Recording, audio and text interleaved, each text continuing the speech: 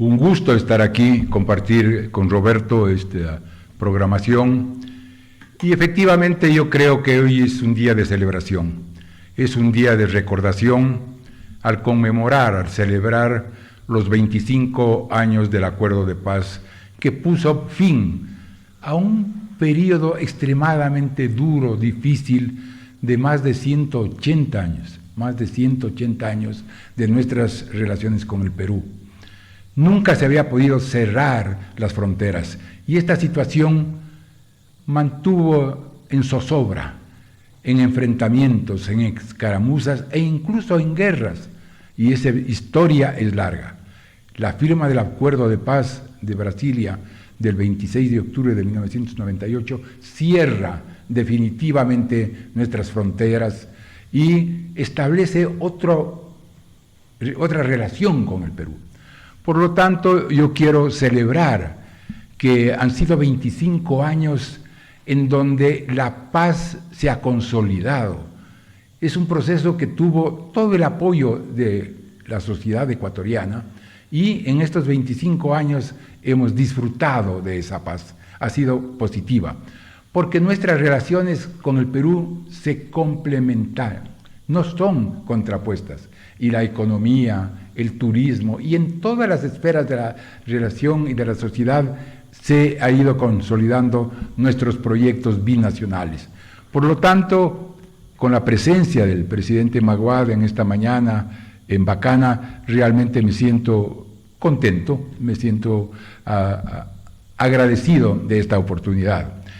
Yo estaba con el presidente Maguad hace 25 años en Brasil y estuve acompañando a este acto solemne, que fue un acto extraordinario, como he dicho, en donde los países garantes del Protocolo de Río de Janeiro, del 21 de enero de 1942, estuvieron allí presentes. Y fue la firma de la paz una celebración mundial para no solamente Latinoamérica, el Ecuador y el Perú, sino a nivel mundial. Este fue un convenio, Freddy, que a mí me parece ahora con perspectiva que fue de ganar. Todos ganaron. Ecuador ganó, Perú ganó, Latinoamérica ganó, porque fue una solución definitiva. Y por eso este caso es un caso de estudio, de análisis en las universidades del mundo, porque justamente es un modelo que fue exitoso, porque se involucró a todos los sectores. Usted fue parte de eso, fue parte del periodismo, de la sociedad, de las cámaras, la diplomacia, los militares. No se quedaron afuera de esto nadie. Todos apoyaron y, por supuesto, el Parlamento ecuatoriano. Entonces sí, la historia dolorosa, que nosotros, todos los que estamos aquí de frontera, que la vivíamos y la sentíamos cercanamente. Usted que está en la línea misma de frontera la vivía tal vez con mayor realidad, con mayor dureza esta situación. Pero claro, si nos remontamos solamente al protocolo del Río de Janeiro, que fue denominado un protocolo de paz, amistad y límites. Y no hubo nada de eso, no hubo paz, no hubo amistad y no hubo límites, porque cuando recordará usted, se quiso implementar el protocolo de Río de Janeiro, fue ratificado por el Congreso ecuatoriano, que estaban en dos cámaras, la Cámara del Senado y la Cámara de Diputados. Fue ratificado y fue suscrito por el presidente Arroyo del Río. Entonces estaba vigente el protocolo. Lo que vino después la tesis de la inejecutabilidad del protocolo de Río de Janeiro por el tramo del famoso divorcio en acuario. Y posteriormente vino ya los temas políticos. El presidente Velasco Ibarra declaró y planteaba la nulidad del protocolo de Río de Janeiro. Entonces, si tomamos, Freddy, como partida esta fecha de 1942, que es dolorosa para todos los ecuatorianos, estamos hablando 60 y más años que estuvieron solamente resueltos con la firma de la paz en Brasilia hace 25 años. Doctor, permítame, si yo me quedo concentrado, escuchando, revisando la historia nuestra. Y permítame saludar al doctor Roberto Beltrán Zambrano, querido amigo, con quien compartimos aquí también el programa los días viernes, con su enorme aporte intelectual que hace para Radio Bacana todos los viernes. Doctor, le voy a pedir un gentil favor antes de desarrollar la intervención suya. ¿Puede mostrar la pasta de ese voluminoso libro, doctor, que es ese libro sí, exactamente, a esa cámara, doctor. Yamil Maguad Vid, así dolarizamos al Ecuador. Y ahí habla de la firma de la paz. Ahí habla de la firma de Hay la un paz. Capítulo, varios que topan el tema. Ya, sí, pero qué voluminoso libro este libro, ¿no? Y qué difícil encontrarlo. Ahora. No sé si hay alguna nueva edición que ya haya salido, pero era muy complicado hallar ese libro voluminoso. Muy bien, muchas gracias, querido doctor. Entonces, su lectura, regrésese 25 años atrás, que ha sido usted también, y mire usted, posiblemente, obviamente, no había ni una sola cana ahí, nada de eso. Todo estaba bien, en orden. Doctor, lo escuchamos, buenos días. Gracias, Freddy, buen día, Karina. Qué honor compartir con Patricio y también escucharlo al presidente Maguad hoy y compartir con él. Esta invitación que me ha hecho Bacana me permitió acercarme a este voluminoso libro que, soy sincero, y se lo decía a Patricio hace un momento, no me había acercado al libro, no lo había leído, pero la lectura es muy necesaria porque... Pero lo tenía el libro. Lo tenía, debo aceptar que lo tenía. Debo aceptar que lo tenía. Ya. Y son de esas cosas que uno dice, lo tengo que leer, y esta oportunidad valió la pena no lo he leído todo, pero es demasiado intenté acercarme a la parte claro, que tenía más que ver con el acuerdo de paz. Y la verdad es que es una lectura que atrapa, es una lectura necesaria, y yo coincido con esa alegría que debemos sentir en el país por la firma de un acuerdo de paz.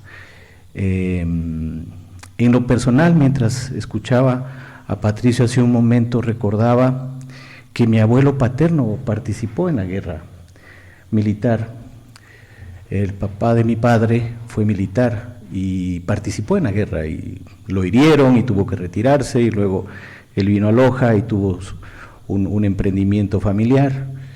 Y claro, ya teníamos nosotros desde niños un acercamiento a ese mundo hostil de los enfrentamientos, ¿no? Enfrentamientos que permitían a partes, yo creo que muy extremas de cada país, el sostener tesis que no tenían nada que ver con la paz, y sobre todo en la difícil economía de nuestros países, el tener que invertir en la guerra. O sea, países que estaban con unas economías complejas, hoy también, pero a pesar de ello invertir en la guerra, invertir en enfrentarse, invertir en destruirnos, en mantener viva una imagen de los peruanos como enemigos y los ecuatorianos como enemigos, y en fin, cuando el acuerdo de paz llega, cae un velo y descubrimos que son tan seres humanos como nosotros, y descubrimos que hay una historia común, y descubrimos que hay las familias están de un lado y de otro. Se hizo un ejercicio muy interesante que lo recuerdo hoy con niños de escuelas del norte del Perú y del sur del Ecuador, y a cada niño se le dijo: escriba usted la historia que tiene, cómo los describe, cómo lo estudió usted a los peruanos. Y después se intercambiaron las historias y descubrían que estábamos generando un mundo ficticio para podernos enfrentar, ¿no? Entonces, la paz permitió justamente acercarnos, descubrir esa realidad compartida, ese sufrimiento compartido, el darnos cuenta que nuestra frontera no se había desarrollado, que era una suerte de destacamentos militares con mucho control, y con poblaciones absolutamente aisladas y aquejadas inclusive de un abandono y un olvido, que no es que se ha terminado, pero mucho más, ¿no? Y la misma Loja, yo creo que la misma Loja en su entorno industrial, empresarial y de desarrollo estaba muy limitada y yo creo que ahí sí efectivamente las ciudades de frontera sufrieron mucho ese enfrentamiento de muchos años y se necesitaba mucho valor para poder tomar una decisión de decir vamos a firmar un acuerdo de paz. Porque también supongo que habrían voces que hablaban de vender parte de la patria o renunciar a la historia o no rendirle memoria a quienes han caído en el campo de batalla. Doctor, fíjese, el doctor Roberto Beltrán me acaba de ganar una pregunta que iba a hacer. Le pido, como usted es tan alto, doctor, si puede subir un poquito el micrófono. Porque, exacto, ahí estamos bien. Ahí estamos bien. Es decir, el tema de que en la guerra se invertía en material bélico. Entonces alguien ganaba, ¿no? ¿Quién ganaba ahí? Militares. Doctor, con todo el respeto y el cariño del mundo, siempre alguien gana en la guerra, ¿no? Otros pierden y alguien gana. Los militares ganaban en la guerra sin disparar un solo tiro en la frontera. Efectivamente, el presidente Maguad, cuando explicaba todos los beneficios del acuerdo de paz, decía, esta es una decisión económica. Económica. Esta es una decisión económica porque nos ayuda a ahorrar en todos los gastos militares. Porque claro, todos los gobiernos estaban presionados por las Fuerzas Armadas en la necesidad del equipamiento permanente para defendernos del enemigo. Y esa fue la historia de todas las décadas anteriores. Entonces, con la paz se disminuyó de manera significativa los recursos destinados a las armas, a la guerra, y se han destinado para otros propósitos, sí. A tal punto que las Fuerzas Armadas han tenido que reprogramar sus actividades. Están más en la seguridad interna. Ahora la sociedad ecuatoriana está reclamando esa participación internamente. En la seguridad, claro. Tenemos los estados de emergencia, de excepción, pero ahora se plantea incluso un tema constitucional de reforma para que las Fuerzas Armadas estén involucradas en la seguridad nacional. ¿Por qué? Porque la seguridad internacional está resuelta, porque ya no tenemos conflictos internacionales. Entonces, también el acuerdo de paz y la solución fue una medida económica que le representó un ahorro importante al presupuesto del Estado en ese sentido. Y como toda guerra, habían los proveedores de armamento, los traficantes de armamento y la especulación que en un momento de guerra se presenta en todo el equipamiento militar, en todas las necesidades. Entonces sí, efectivamente habían intereses allí. Pero yo creo, Freddy, que al final toda la sociedad ecuatoriana, y en eso yo sí quiero resaltar ese momento anterior a la firma del acuerdo de paz, todos apoyaban, partidos políticos, Fuerzas Armadas, Cancillería, la prensa y el Congreso ecuatoriano tomó una decisión anterior a la firma, que era de ratificar al referéndum los acuerdos de paz que habían sido acordados previamente con los países garantes. Doctor, subió solo para que de repente la juventud, así, que ese libro entiendo que tuvo una acogida en la juventud extraordinaria, impresionante.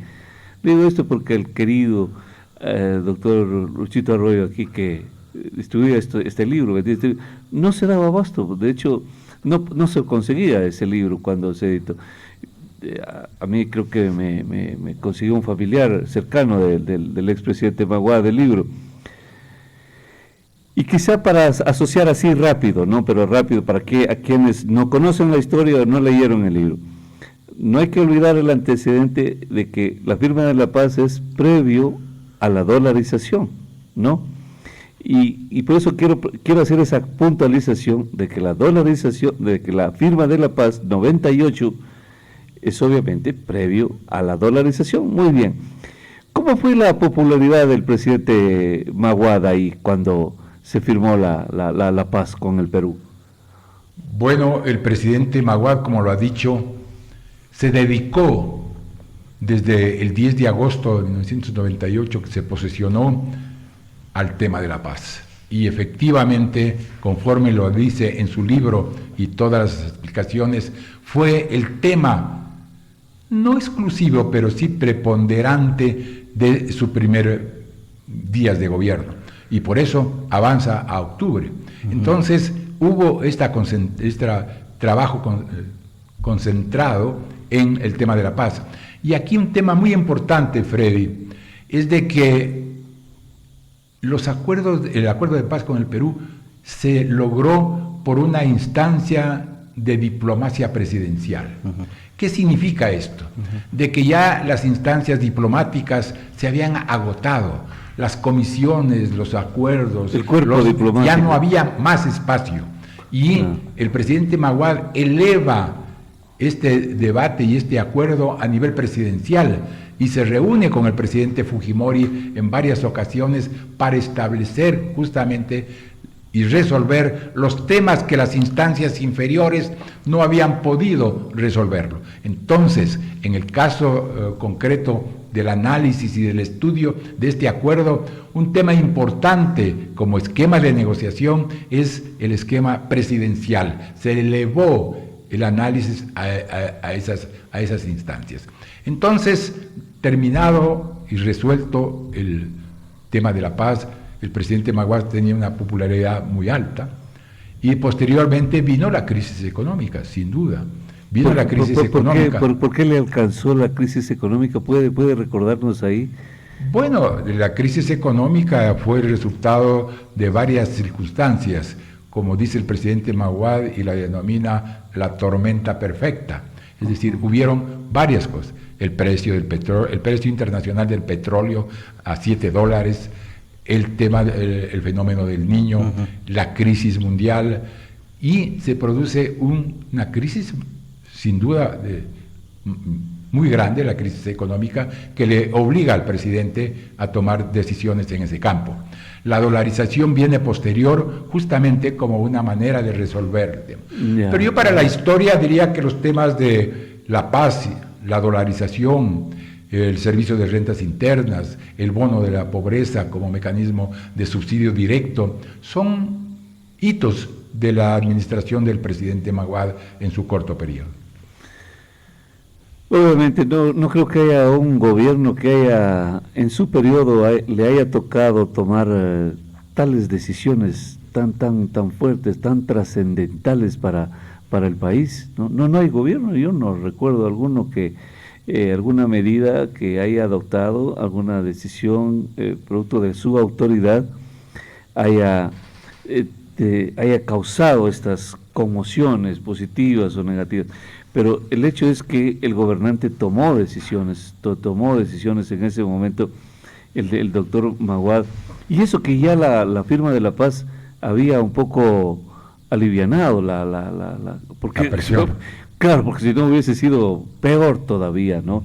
Tener cada vez la amenaza de la guerra. La amenaza de la guerra se consumía mucho dinero y nosotros que somos presa fácil del maniqueísmo político, decimos, no es que la soberanía, tenemos que defender la soberanía porque nosotros somos... Y con ese cuento pues todo se consumía en armamento y los militares se enriquecían, negociantes de armas, gobernantes se enriquecían con la negociación de las armas y el pueblo seguía más pobre, doctor. Creo que de ahí no hay cómo salir. A mí me parece que ese es uno de los puntos más álgidos y con un periodo que le antecedía muy largo, ¿no? de pobreza y de conflicto. De crisis. Lo resuelve con la firma de la paz. Y Fujimori era un presidente afecto. Usted, doctor Roberto Beltrán, ¿cree que Fujimori era un presidente peruano, un demócrata, un presidente que se había caracterizado por el cambio, el desarrollo de la producción en su país? No olvide eso. Por eso llegó a ser muy querido el presidente peruano allá. Tenía una imagen en ese sentido de mucho éxito, de mucho cambio, ¿no? Tenía además, entiendo que era una persona que manejaba una política de Estado muy, muy firme, y a mí sí me gustaría preguntarle al presidente Maguad qué tan complejo fue negociar porque claro, cuando Patricio dice se eleva el nivel de la discusión y la negociación entre presidentes, quiere decir que es la habilidad de los mandatarios la que permitirá o no llegar a un acuerdo. La predisposición. Además. Y la predisposición, obviamente. Entonces, entiendo que el tomar esa decisión era una decisión importante en función de que ya dependíamos de ellos, justamente como personas, ¿no? En el libro que se ha comentado hoy, justamente el presidente Maguad dice que era imposible financiar otra guerra. Ya teníamos 3 años de unas conversaciones avanzadas. Interesante reconocer la labor de Durán Ballén, Bucaram y Alarcón, la reconoce el presidente Maguad y dice, exactamente. Era imposible el que nosotros financiáramos otra guerra. La crisis económica hundiría definitivamente al país, y esa decisión de escalarlo y de declararlo como prioridad de Estado y de construir, porque la tesis territorial del Ecuador se había mantenido durante muchos años, la inejecutabilidad del protocolo, estos enfrentamientos que se tenía en la frontera, claro, permanentes, ¿no? Y el hecho de decir, bueno, esto no puede continuar así, no podemos dejar que pase un tiempo, tenemos unos garantes, la comunidad internacional está preocupada, pero ahora sí necesitamos que esa preocupación se traduzca y se traslade definitivamente a un acuerdo que cierre, que zanje de una vez por todas, ¿no es cierto? Entonces, creo que es importante que el testimonio del presidente Maguad recoja el antes, porque hay un antes. A los acuerdos llegamos porque se viven unos momentos primero complejos y luego estos acercamientos. Ya nuestra diplomacia trabajaba en diversos niveles para poder acercar a los diplomáticos inicialmente. Y luego, pues, cuando efectivamente se ve que a nivel del cuerpo diplomático ya no era posible, preparado el terreno. Efectivamente me parece muy interesante ese hecho que los presidentes se encuentran, y se encontraron más de una vez, creo que son 4 o 5 veces donde los presidentes buscan esos espacios para poder conversar, ¿no? Conversar, y yo creo que en ese sentido el Ecuador fue muy maduro en su sociedad al poder mostrar un espíritu de cuerpo como país, apoyar al presidente en ese momento y decirle, señor presidente, usted cuenta con todo el apoyo y con toda la confianza para que lo ejecute. Más allá de que luego las fuerzas políticas a nivel interno volvieron a ser lo que, por desgracia, han sido durante mucho tiempo. Ya. Pero en ese momento fue muy importante, clave el que se muestre un espíritu de cuerpo para que las decisiones del presidente tengan ese peso. Doctor, el doctor Roberto Beltrán habla de que hubo un antecedente, es decir, la preparación del cuerpo diplomático y todo eso, las gestiones a ese nivel.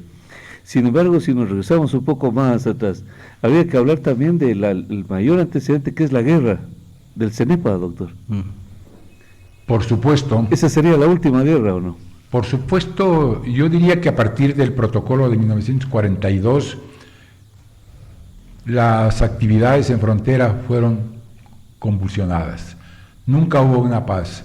Todos los gobiernos tuvieron escaramuzas, guerras, conflictos, enfrentamientos. Incluso yo creo que había momentos que se utilizaba el tema fronterizo con connotaciones políticas. Las crisis del Ecuador estaban vinculadas con la frontera. Si usted analiza históricamente, encontrará de que en momentos de crisis se presentaban conflictos en la frontera. Entonces, sí, había un proceso.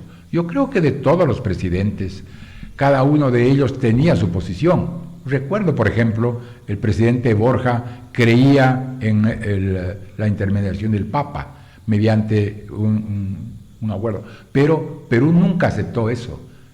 Por lo tanto, no era viable la solución del problema mediante una mediación papal. El presidente Durán Ballén le tocó un evento militar y la famosa frase, ni un pie atrás. Entonces todos, el presidente Alarcón también tuvo su momento allá. El cuy que se pegó Bucaram. abonaba al ambiente favorable, amistoso. Sin duda, Claro. yo creo que allí hay un hecho interesante y quiero aquí rescatar y resaltar el extraordinario aporte de José Ayala Lasso como canciller de la República. Claro. Pero qué eminencia Extraordinario, qué eminencia, y ¿no? hay que invitarlo para que él dé su versión. Está absolutamente lúcido, claro y convencido de lo que hizo, tanto como canciller del presidente Alarcón y continúa como canciller del presidente Maguad. Esa fue una decisión clave del presidente Maguad. Ahí está. El darle continuidad Ahí está. a una persona que tenía clarísimo el manejo ¿Cómo de la será diplomacia en momentos de crisis. interesante. El aporte de Ayala Lasso a este proceso es significativamente importante. Pero el aporte, este hombre, ¿cómo será de importante, cómo será de patriota, que aceptó ser canciller de Alarcón y de Bucarán, que al final eran presidentes un poco desprestigiados para su nivel? Este hombre era de un nivel estratosférico en el mundo de la diplomacia. Sin duda, toda su carrera diplomática fue eso. ¿No? Fue el embajador más joven que ha tenido la diplomacia ecuatoriana y un canciller que sirvió en organismos internacionales. Entonces, este proceso que, insisto, fue de la sociedad, de su conjunto, la participación de José Ayala Lasso como canciller y que firmó este acuerdo de paz en Brasilia hace 25 años es extraordinario. Y creo que hay que recurrir a él ahora, Freddy, para que nos dé su versión directa. Ha publicado un libro, igualmente, que da su posición sobre cómo llegamos a la paz. Creo que hay allí entonces todos tratando de buscar una solución. Pero fue finalmente el presidente Maguad, en estas instancias de diplomacia presidencial, la que se llega al acuerdo.